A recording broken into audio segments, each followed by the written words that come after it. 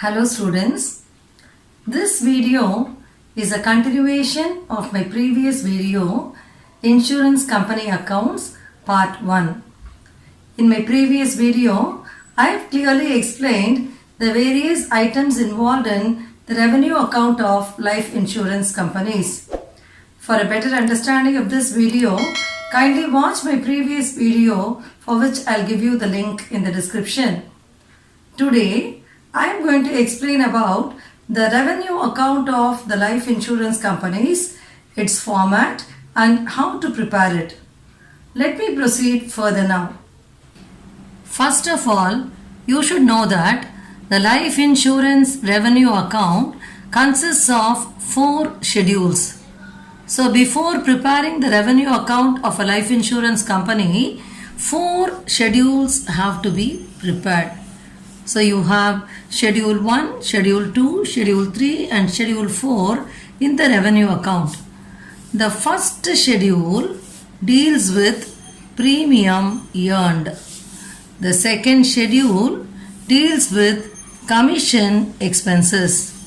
The third schedule consists of various operating expenses incurred in the day-to-day activities of the business, and the fourth schedule includes all the benefits paid by the life insurance company to the policy holders, which may take the form of claims, annuities, surrenders and bonus. Now let us go in detail regarding the form of life insurance revenue account. So you have to give the heading revenue account for the year ended 31st March, and when a name for the insurance company is given, you'll have to write the name also. So you'll be writing as revenue account of such and such insurance company. Whatever is the name, you'll be mentioning the name for the year ended 31st March, right? After which you will be preparing the revenue account as per the required format. So you will be having the main column for particulars and one column is for schedule number, and usually there will be 2 amount columns, one for current year and the other one for previous year. When you work out the answers, it's enough if you show the current year alone, okay, and then the rupees involved in case of life insurance business will be very huge, and so the amount will be very huge, and so we'll be entering the rupees in terms of thousands. So you have to mention as rupees in thousands. So let us see what will be the first item in the revenue account of the life insurance company. First, you will be having premium earned. So this premium earned will be prepared as per Schedule 1. So Schedule 1 is for premium earned, in which you will have all the details and adjustments relating to the premium, and whatever is the final amount you get, that will be taken to the revenue account. So you will have to prepare Schedule 1 for premium earned. After which you will be writing premium and the amount will come, and then you will be mentioning reinsurance ceded, which means premium on reinsurance ceded, and the next one is premium on reinsurance accepted.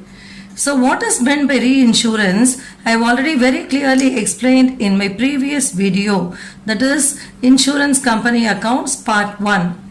Reinsurance is an undertaking between 2 insurance companies. It's an agreement, it's an arrangement between 2 insurance companies. When an insurer feels the risk to be insured as too much for its capacity to insure, it may pass on either a part of the risk or the whole of the risk to another insurance company, and such an arrangement between 2 insurance companies is only called as reinsurance. So when you have premium on reinsurance accepted, it is premium accepted which is an income, so that it will get added up with a premium. When you are given premium on reinsurance ceded, it is a premium which is paid by one insurance company to another insurance company, so it's an expenditure, so it has to be deducted. So remember, premium on reinsurance accepted has to be added and premium on reinsurance ceded has to be deducted. So very often students will get confused regarding which has to be added and which has to be deducted. So remember, as A for A, add begins with A and accepted begins with A. So when it is premium on reinsurance accepted, you'll have to add it, and when it is premium on reinsurance ceded, it has to be deducted. So this adjustment you will be doing if it is given in the problem. Then apart from premium, you have two other income headings. First of all, you have to remember that out of the 4 schedules which are involved in the life insurance revenue account, schedule 1, 2, 3 and 4, schedule 1 alone is income schedule.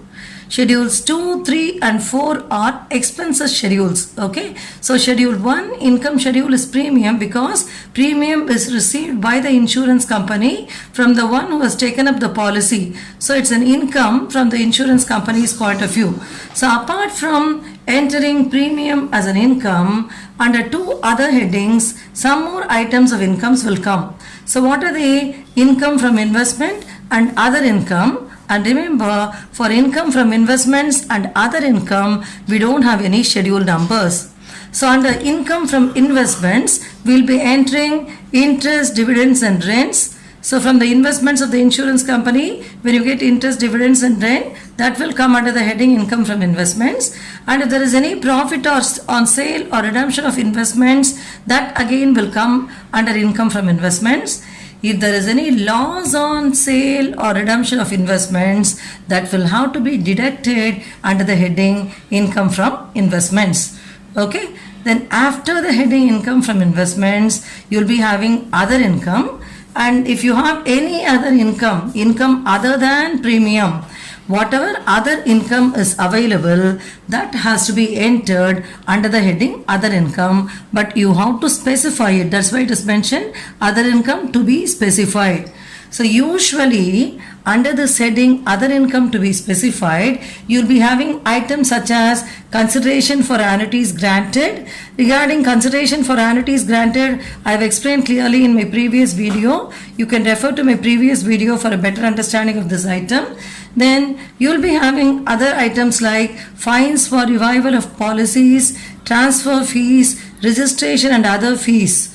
This fines for revival of policies, transfer fees, registration fees, etc. Since the word comes as fines, fees and all that, usually students will think that it is an expenditure. But remember, these are incomes from the insurance company's point of view. So revival is reviving a policy which has already come to an end, and in that case the policy holder will have to pay some fine to the insurance company for reviving it again, to bringing it into shape again. So in that case, fine is an income to the insurance company. Likewise, transfer fees is collected by the insurance company from the policy holder. That again is an income, and the policy holder will have to pay some registration fees and other things, and again registration and other fees will also be income from the insurance company's point of view. So all these items, if available in the problem, will come under the heading other income. So mostly under the heading other income, at the most you will be getting only these items, namely consideration for annuities granted, fines for revival of policies, transfer fees, registration and other fees, and then sundry income. After doing this, after entering all this, you will have to find out the total, which is called as total A. So what is total A? Total A is the total of schedule 1 plus income from investment plus other income. I'll repeat, total A is the total of schedule 1 plus income from investments plus other income. In case if you don't have income from investments or the other income given in the problem, in such a situation, the schedule 1 and total A will be the same. I hope you are able to understand this. So I have explained till total A. Now let me proceed with the next schedule. The next schedule is for commission expenses. Commission expenses schedule 2. Commission expenses schedule 2. So from now onwards, we'll be having schedules relating to expenditure. So who will pay commission to whom? The insurance company will pay commission to its agents. So from the insurance company's point of view, commission expenses is an expense and it is given under the heading Schedule 2. So the details and adjustments will be given in schedule. The final amount we will bring to the revenue account. After this, we have the next schedule, that is operating expenses related to insurance business, that is Schedule 3. So under operating expenses related to insurance business, we list out all those expenses which are incurred in the day-to-day operations of the insurance business. So I'll be explaining in detail about what will come in this schedule later. So for the time being, remember that all the operating expenses will come in this schedule. To tell you very simply, in very simple terms, expenses other than commission expenses will be brought under this category generally.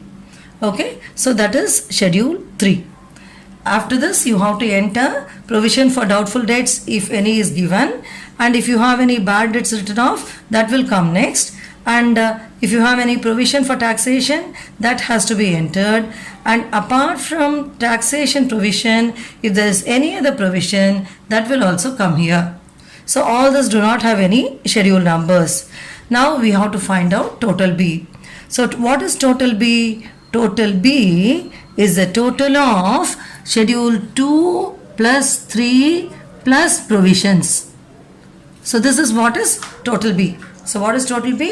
It is the total of Schedule 2, that is commission expenses, plus Schedule 3, that is operating expenses, plus the various provisions, and that is what is total B. The next schedule we have is Schedule 4, which is for benefits paid. So in this schedule, we'll include all the benefits paid by the insurance company to the policy holders in the form of claims, annuities, surrenders and bonus. The next we'll be having total C. So always this benefits paid total and the total of total C will be the same. So whatever is Schedule 4, more or less the same will be total C also. Okay. Finally, we'll be arriving at surplus. Surplus or deficit D is equal to A minus B minus C. So we have already calculated A, then B and then C, isn't it? So A minus B minus C, that will give you surplus. So surplus D is equal to A minus B minus C. So in majority cases, you will be getting only surplus. In very rare cases only, you will get deficit. After this, if any appropriations are given in the problem, that will come under the heading appropriations. Appropriations will be made as a percentage of the surplus already calculated. So it will be given in terms of percentage. It may be given in the problem, transfer so many percentage of the surplus to the shareholders account, transfer so many percentage to other reserves and so on. So if any such appropriation is given, you will be making the appropriation by writing as transfer to shareholders account, transfer to other reserves. Okay, and after doing this, whatever balance you get, that balance will be called as balance being funds for future appropriations. So that then finally you will be having total D. So remember, this total D and total C will always be the same, because total C is the surplus. Out of the surplus only you are doing all these appropriations. So total C and total D will be the same. And in case if there is a problem where you don't have any transfer to shareholders accounts or transfer to other reserves, in such a problem, the surplus and the balance being funds for future appropriations will be the same. Because you have not done any appropriation at all. So whatever is the surplus, that will be the balance and that will be the balance which will be regarded as the balance being funds for future appropriations, which will be taken to the balance sheet when you prepare the balance sheet finally. So this is what is the format of the revenue account.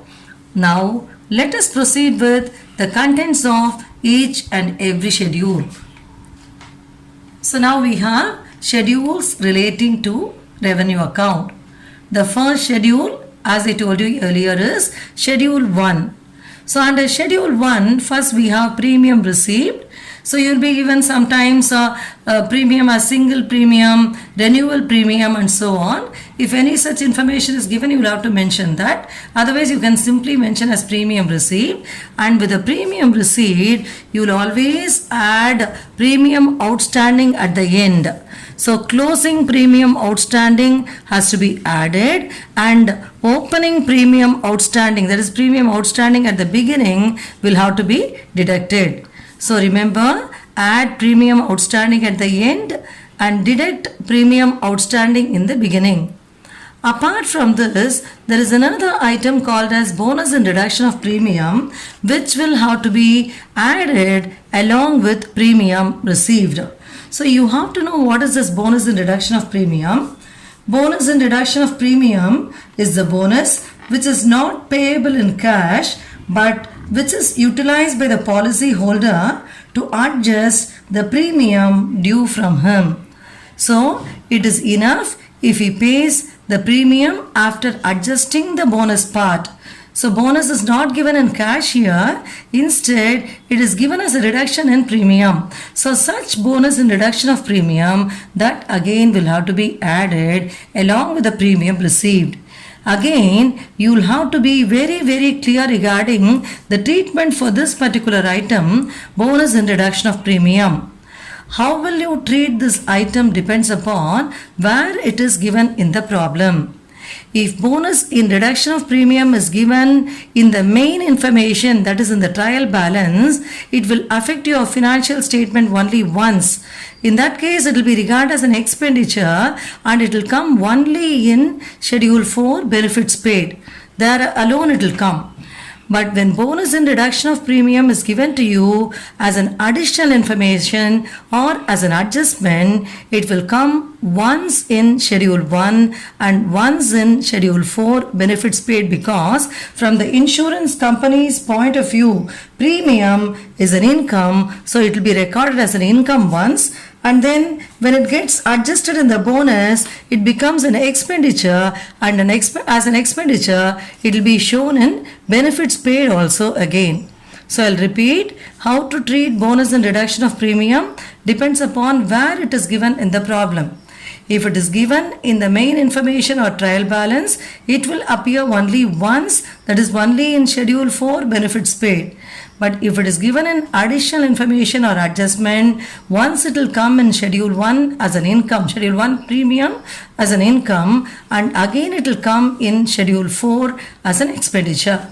Okay, so this is what is about Schedule 1 premium. So take premium received, add premium outstanding at the end, then add bonus and reduction of premium if any, less premium outstanding at the beginning. You will get the final amount. It is this final amount which you will take to the revenue account. The next schedule we have is Schedule 2 commission expenses.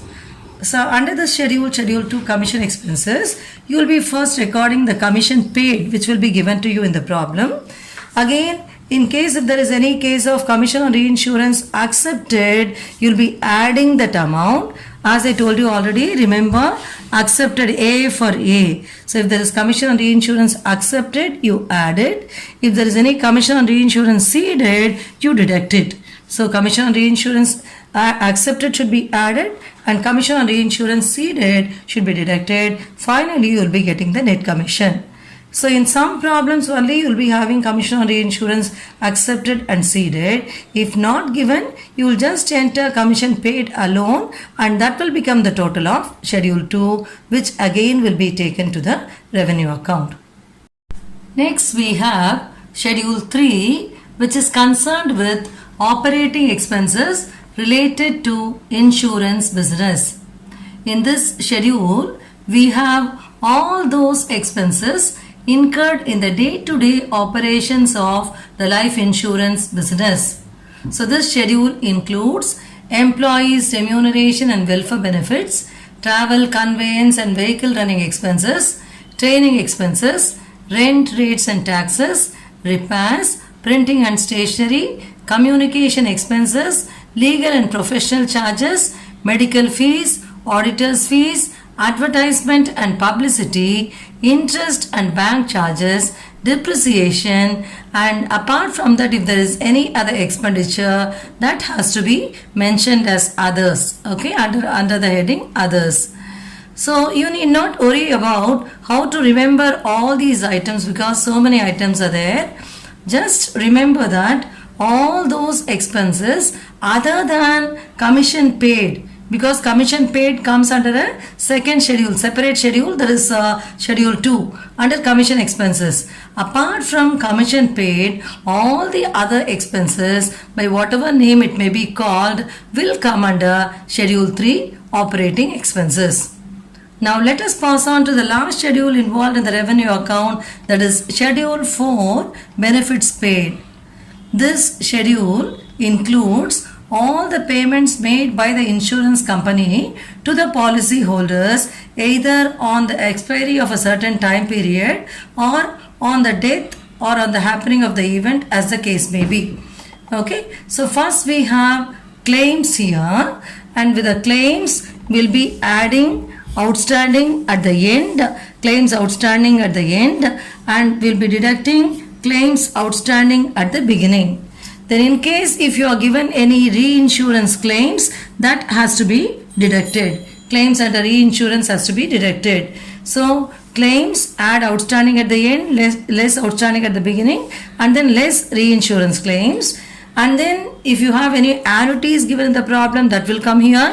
If you have any surrenders, that will come. What is meant by annuity? What is meant by surrender? All this I have very clearly explained in my first video, which deals with the important items which will appear in the revenue account of the life insurance company. So as I told you earlier, you can view my previous video, for which I'll give you the link in the description.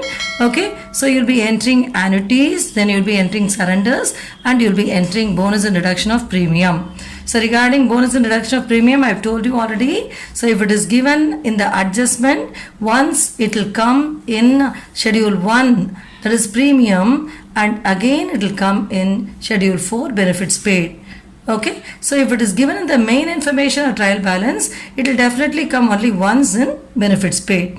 So all this we'll be able to understand, you will be able to understand better when I work out a problem, which I'll be doing in my next video. So this is how you will be preparing all the 4 schedules, namely schedule 1, schedule 2, schedule 3 and schedule 4, and you'll be taking the final totals of each and every one of these schedules to the revenue account. Finally, from the revenue account, you will be arriving at the surplus or funds for future appropriations as the case may be. So remembering and being thorough with this revenue account format is very essential, because only then you will be able to work out the problems. I hope you are thorough with what all I have told you now. So today I have explained about the format of the life insurance revenue account and how to prepare it. In my next video, we'll be working out problems involving the preparation of life insurance revenue account. If you like this video, subscribe to my channel. Thank you very much for watching this video.